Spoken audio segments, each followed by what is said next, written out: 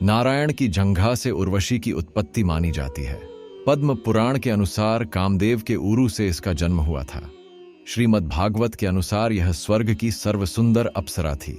एक बार इंद्र की सभा में नाचते समय राजा पुरूरवा के प्रति आकृष्ट हो जाने के कारण ताल बिगड़ गया।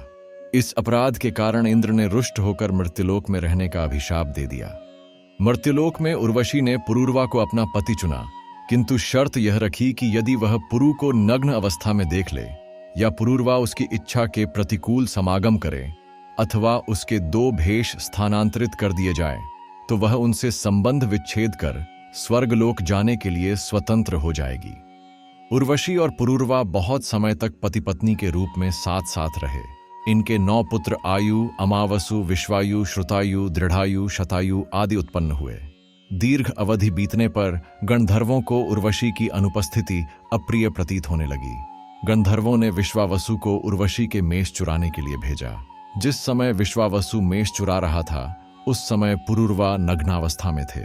आहट पाकर वे उसी अवस्था में विश्वावसु को पकड़ने दौड़े।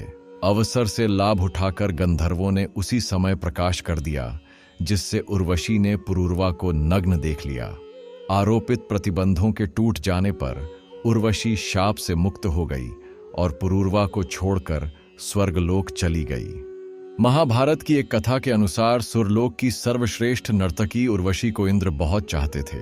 एक दिन जब चित्रसेन अर्जुन को संगीत और नृत्य की शिक्षा दे रहे थे, वहां पर इंद्र की अप्सरा उर्वशी आई और अर्जुन पर मोहित हो गई।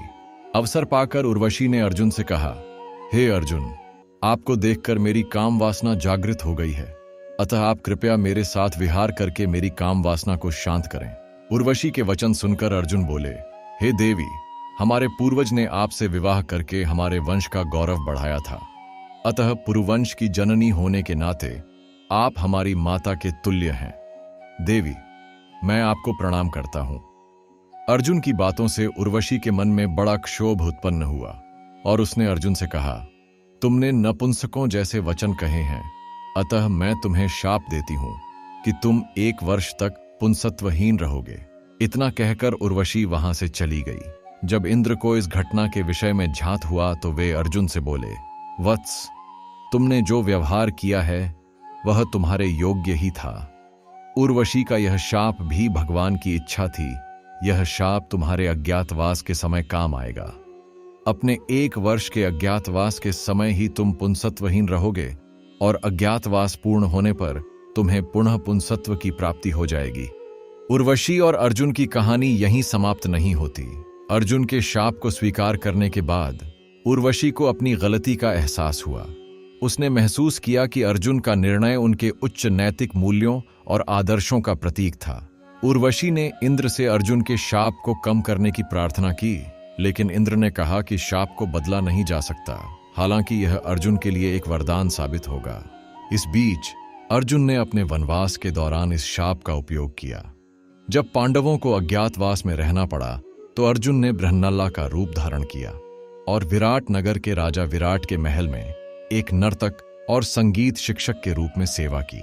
इस रूप में उन्होंने राजकुमारी उत्तरा को नृत्य और संगीत की शिक्षा दी। इस प्रकार उर्वशी का शाप अर्जुन के लिए एक वरदान बन गया, जिससे वे अज्ञातवास के दौरान अपनी पहचान छुपा सके। उर्वशी ने अर्जुन की इस स्थिति को देखा और उनकी बुद्धिमत्ता और धैर्य की प्रशंसा की। उसने महसूस किया कि अर्जुन का प्रेम और सम्मान केवल शारीरिक आकर्षण तक सीमित नहीं था, बल्कि यह उनके उच्च आदर्शों और सिद्धांतों पर आधारित था। उर्वशी ने अर्जुन से माफी मांगी और उनके प्रति अपनी कृतज्ञता व्यक्त की। इस कहानी का अंत यह दर्शाता है कि सच्चे प्रेम और आदर्शों की शक्ति किसी भी शाप या बाधा को वरदान में बदल सकती है। उर्वशी और अर्जुन की यह कथा हमें यह सिखाती है कि जीवन में नैतिकता और सिद्धांतों का पालन करना कितना महत्वपूर्ण है और कैसे यह हमारे जीवन को सही दिशा में ले जा सकता है। तो यह थी स्वर्गलोक की अप्सरा उर्वशी की कहानी।